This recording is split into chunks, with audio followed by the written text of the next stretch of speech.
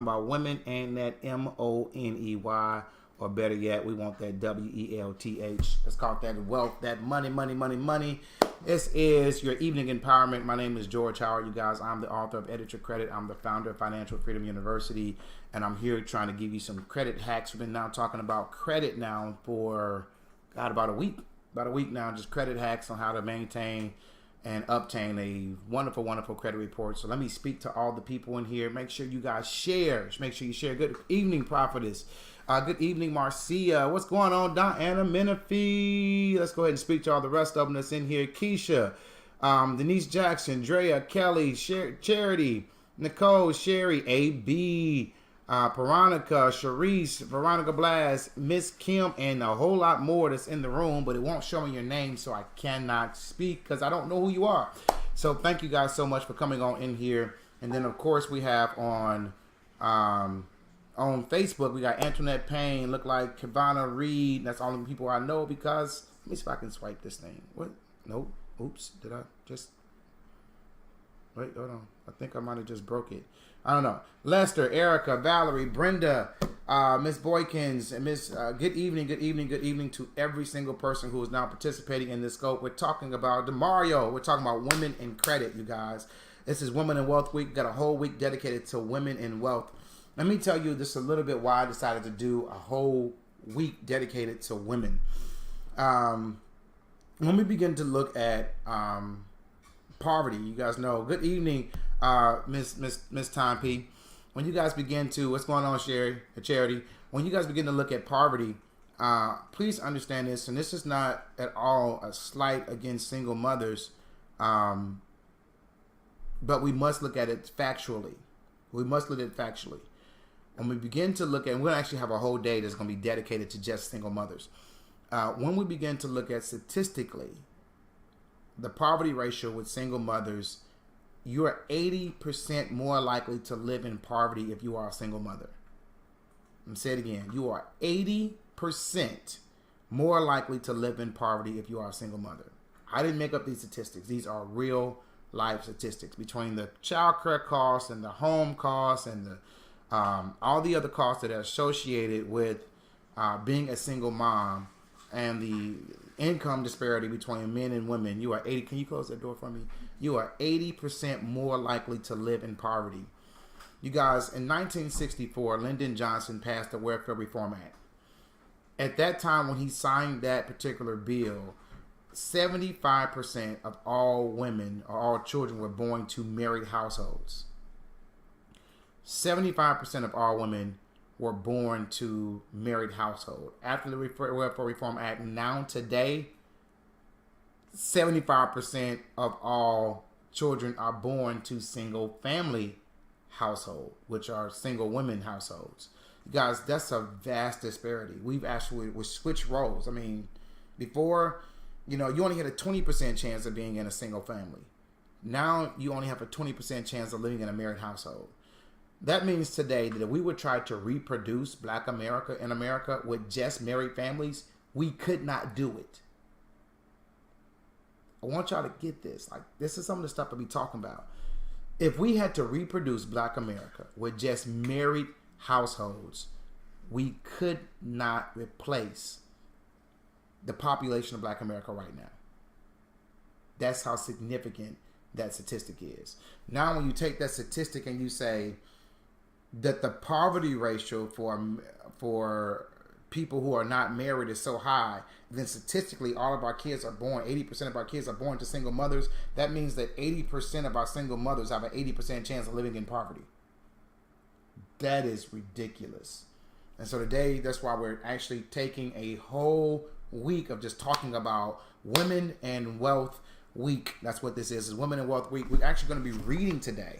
I never do this. Can you hit that light for me, please? I'm going to be reading today from my book I wrote in 2002, you guys. Ooh, that's a big difference. Wrote this book in 2002 called Edit Your Credit. It is the financial guide to credit repair in 2002. You guys see the paint on my hand? Because I've been busy. No, actually, I wasn't painting. I was going to inspect and touch some paint. All right. Yeah, so we're going to be talking about women in credit, you guys. This is actually found on page 108 and 109 is what we're starting at. So we're going to just kind of read out the book and actually have some discussions about it, okay? Starts off with just married. When you marry, many issues seem to merge together. The words yours and mine tend to fade away more and more to be replaced with words like us, we, and ours. You can choose to pool your income, synchronize your vacation times, and mesh your personal taste. But what about your credit as a married couple? How will your new status affect your credit histories? What about now and in the future?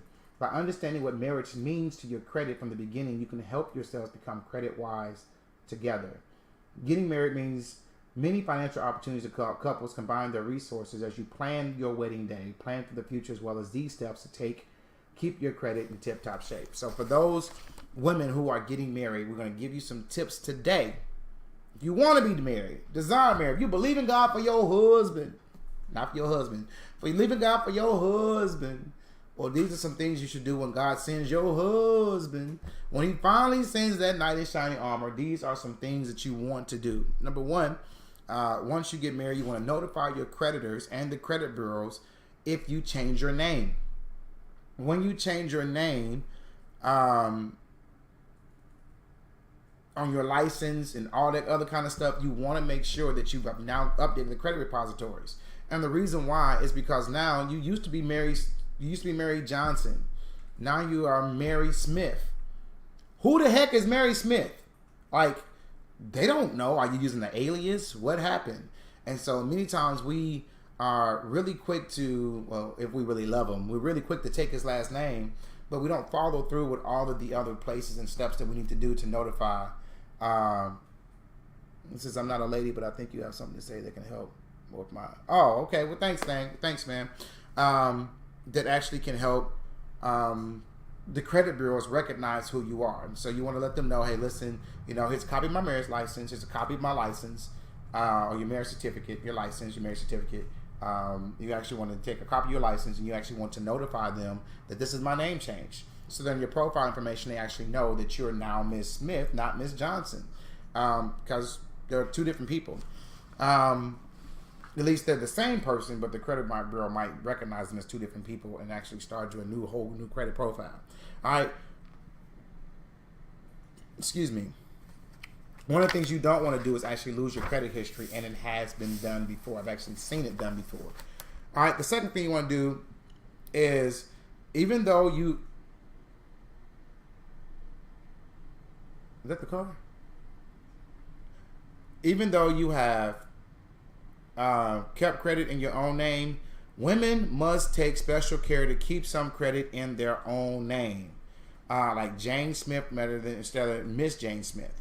Every year, women who have never paid a bill late are denied credit because they have no credit history in their own name. So, for example, here it is. You're Jane Smith, right? You got credit in Jane Smith. You get married. I'm sorry, you're Jane. Let's say Smith. All right. When you get married, you take on the last name Williams. All right. So Smith is now Williams. When you take on Williams, when you and your husband are paying on new credit, all of that is actually reported in Williams. Now, it's the same credit profile, and the credit bureau should do an excellent job of keeping up with that. But if something was to happen, you guys know I don't believe in divorce. I don't. But the truth is, we now have a 55% divorce rate in this country. So whether you believe in it or not, we must make... I don't believe in prenuptials. That's a big, major thing. We might even have a fun day of just that whole prenuptial agreement thing. I don't believe in prenuptials. But I do believe that you should actually make sure that financially that you're actually okay. So don't close out those credit cards. Don't close it out. If you got something in your maiden name, do not close it out. Now you want to update the credit profile that this is another name, but they also will still keep that. And with your creditors will actually still report in Mary Johnson, I think it was, or Smith. All right. So this is what happens. You get married and you're paying all your bills on time. You've never been late, right? Then all of a sudden something happens in the marriage and you're like, you know what? I'm packing my stuff and I'm leaving.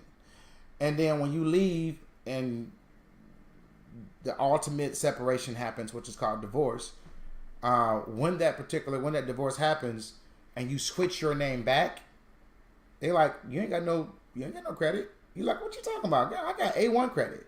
Now, this is rare, but I've seen it. I've personally seen this happen. And so now you got to go back and send in all the documentation I just told you, your divorce decree. You got to send in your license. You got to send all this other kind of stuff because they got to go back and try to find that old credit profile and merge them together. But if you already have credit in your maiden name, that credit profile would actually stay there. All right. If either you or your spouse to be has had trouble getting credit alone, try setting up a joint account after you get married. Now, I'm going to say this. Do not ever put credit in somebody else's name or joint accounts if you ain't married. I don't care if y'all dated for 16 years. I don't care if y'all been living together for 10 out of the 16 years. Do not put his name on nothing. What's up, John Walker? Good to see you. Until you say I do. There's been so many people who have been left at the altar. And you say, I've been planning all this stuff, but what happens if you already got credit in cars and houses and furniture in each other's name and he gone like deuces and you're like, what am I going to do? Well, ain't nothing you can do because you signed the dotted line. And all right, man, give me a call, John. It's cool. You sign on the dotted line and you now are responsible. So what I'm telling you is dead serious. After you get married, then well, we're gonna talk about the bad credit. Then and only not then and only then can you now begin to do joint accounts. Now, somebody said if your husband got married bad credit, don't marry him.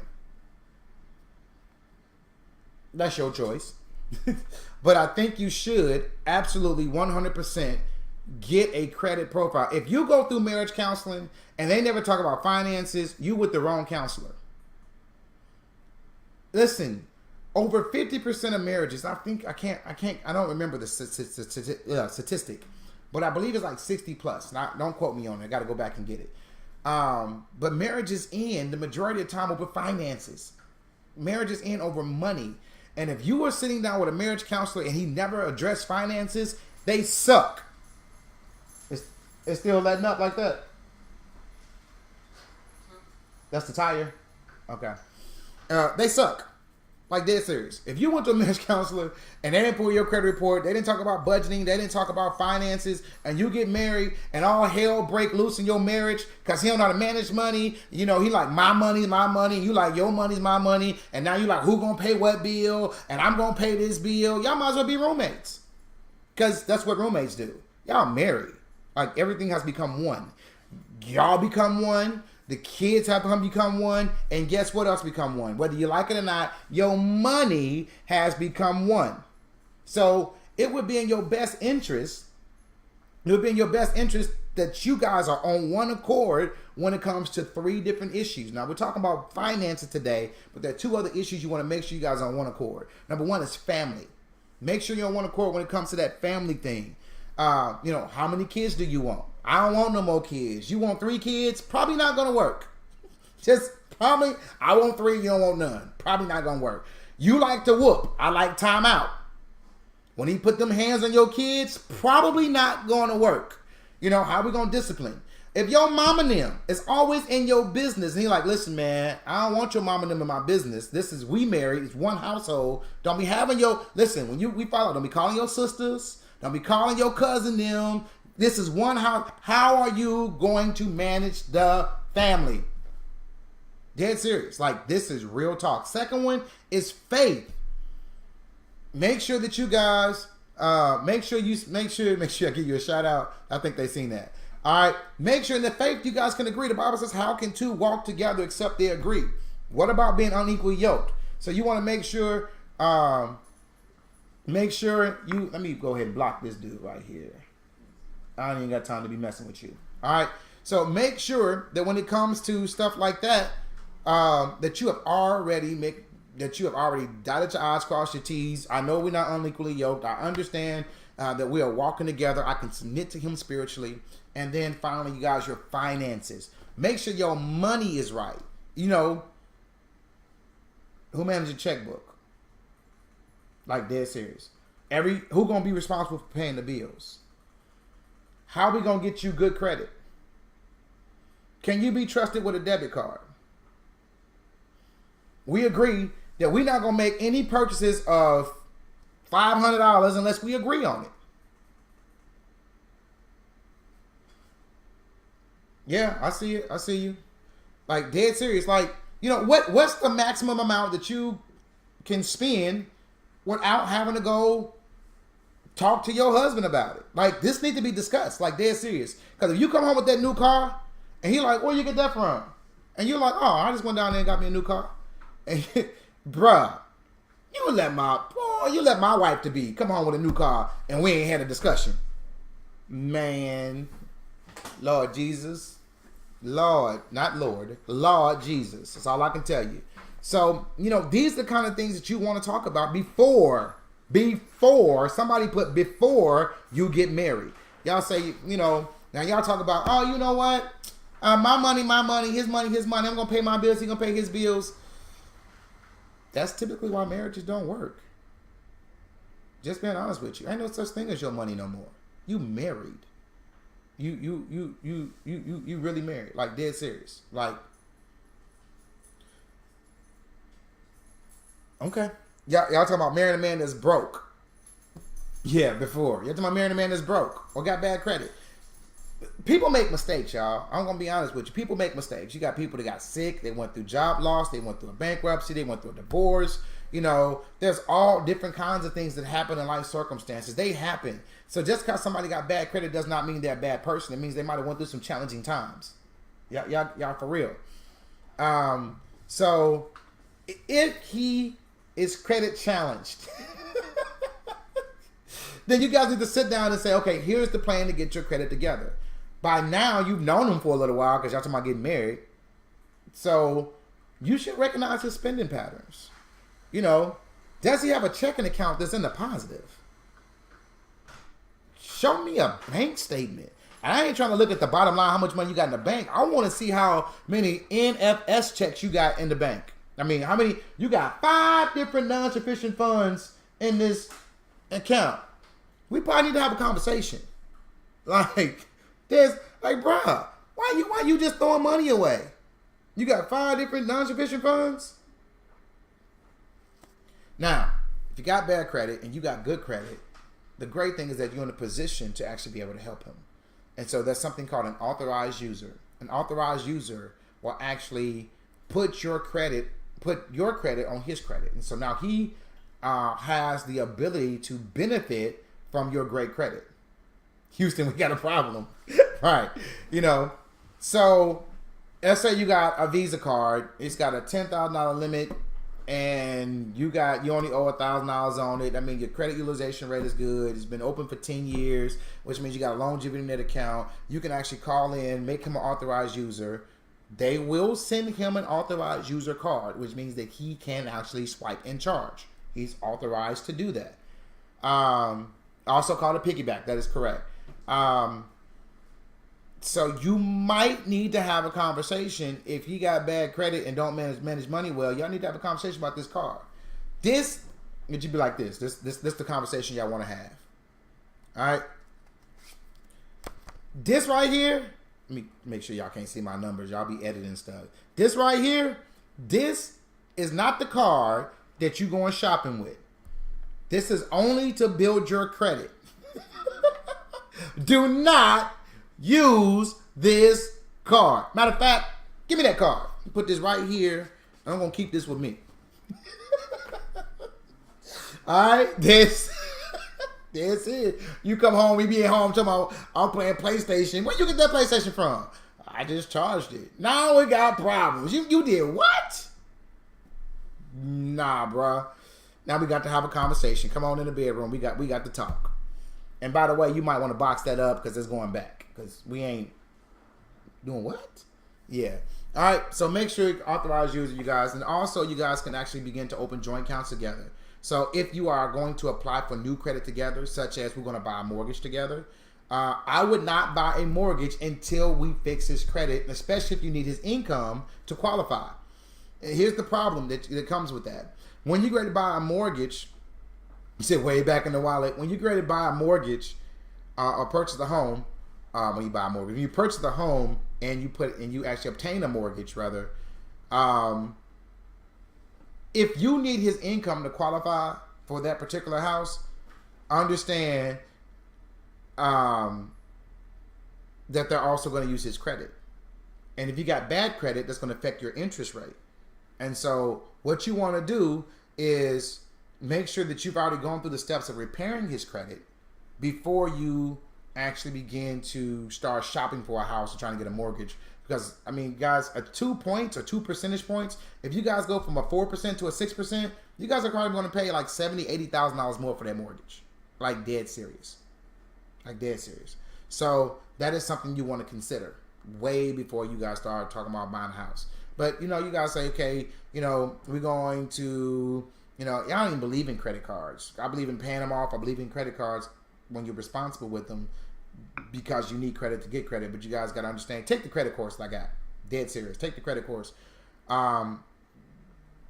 Because you can have good credit without having debt.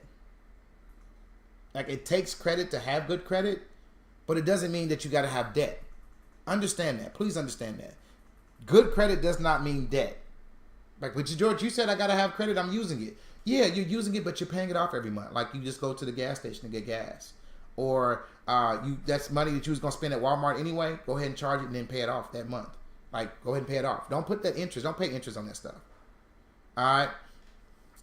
So, he said, I need your help. You guys can go to myffu.com/courses, or just go to myffu.com, go to our courses page. Guys, I have a whole course, a whole entire course on credit. A whole course. Matter of fact, let me show you the course on credit. All right? I'm going to share my screen real quickly. It's going to be real ugly just for a second. All right? So you can go to myffu.com. And then it should come up. And then you go to courses. You scroll down here. And you guys see step number 4, credit restoration, $87. Guys, you cannot beat. You guys, you pay more for this than for a credit letter. You pay more for this for a phone bill or a cable bill. You pay more for this than the down payment for somebody to fix your credit, and you learn everything about it. Let me show you the actual course. So I'm going to go to Student Senate /welcome. I got to sign in, I think.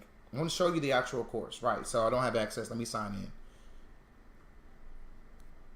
All right, and I want to scroll down to credit restoration course. You guys, here is the credit restoration course right here. Guys, look at this. Module number 1, understanding credit. What is credit? The credit game. Benefits of a good name. There's 11 units in module 1. $87. Can't beat it. Module 2, edit your credit. You guys, this is actually how you actually edit your credit. Free credit reports to fix your up or disputing information, frivolous disputes 1 and 2, removing bankruptcies and foreclosures, writing dispute letters, what I should dispute, what is e-Oscar, what's wrong with e-Oscar, you know, change the e-Oscars, letters you can use. This is all in the course for $87. Module 3, edit your credit. It's all about risk, understanding credit scores, FICO reason codes, Vantage score models, Fair Debt Collection Practices Act, negotiation, delete this from my credit, 11 musts while negotiating with creditors, how do I get credit without credit or bad credit, co-signing, secured credit card. Like, all of this is in the course. $87. Now, y'all been buying one letter for $87. I don't understand why or how, but get the course. Like, it only makes sense. Like, it only makes sense. All right. If you guys have not shared this content out, I ask you to please, please, please share this content out. We're talking about women in credit. We're talking about women in wealth on this week. This is going to bless your life. It's going to change your life. It's going to bless your life. You want to make sure that you guys get in this, enroll in it. It's going to change your life. Boom. All right. So, newlyweds. Da-da-da. I just got married. I'm happy. Then I threw the rice. I done threw the bouquet. And now I'm ready. So, what do you do now? What do you do now? When two people come together, and by the way, we're reading out of my book, Edit Your Credit, that I wrote in 2002. I'm not new to this. I've been doing this for a very, very, very, very, very, very long time. Very long time. I wrote the book in 2002. It's 2017. That's 15 years ago. I was published 15 years ago. This ain't one of these, how long is the course? You guys, it's a self-study course. So it's a self-study course, so it's at your own pace. You can just do it at your own pace. All right? So I've been in this credit game for a long time. I've literally seen over 10,000 credit reports. I've been doing mortgages since I was 19, and I stopped in 2007 when the crash happened. I've seen way over 10,000 credit reports. I've owned 2 mortgage companies. I can tell you all about it. All right? So what do you do if you're already stuck like Chuck, Lots Live, before you grab all this info? If you're stuck like Chuck, get the course. We teach you how to get unstuck. Get the course. All right? So when 2 people come together and decide to become one, they really become one. It is not at all unusual for credit reports to list accounts on the other spouse's account before their marriage occurs, if they have applied for finance together or lived together in the same house at the same time. So if you guys have been living together, y'all been applying for credit together, you already got a merge, tri-merge, you got a tri-merge account. They may not merge all your information, but that information, that information that you guys put each other on each other's account, they already on there. They already on there. If y'all don't get married, you still responsible. Please believe that. Please understand it. All right? So, if all accounts are put in one individual's name, there are some serious financial risks. Now, this is one of the reasons we wanted to talk about this, you guys. I've seen this so much. You get married. He got good credit. He made good money. Your credit kind of suffering, right? So you say, we're going to buy a house. We're not going to put your name on it because you're going to cause the interest rates to go up, right? We're going to buy a car. We can't put your name on it because you got bad credit. You're going to cause the interest rates to go up. You got bad credit. We can't put your name on the furniture because you're going to cause our interest rates to go up. So now you're working, you helping pay the bills, you helping do everything, and then you say, hey, bro, who's Michelle? You know, you say, who's Michelle? Who's Felicia? Yeah, this ain't going to work no more. And you leave, and you can't even get an apartment because you ain't got no credit.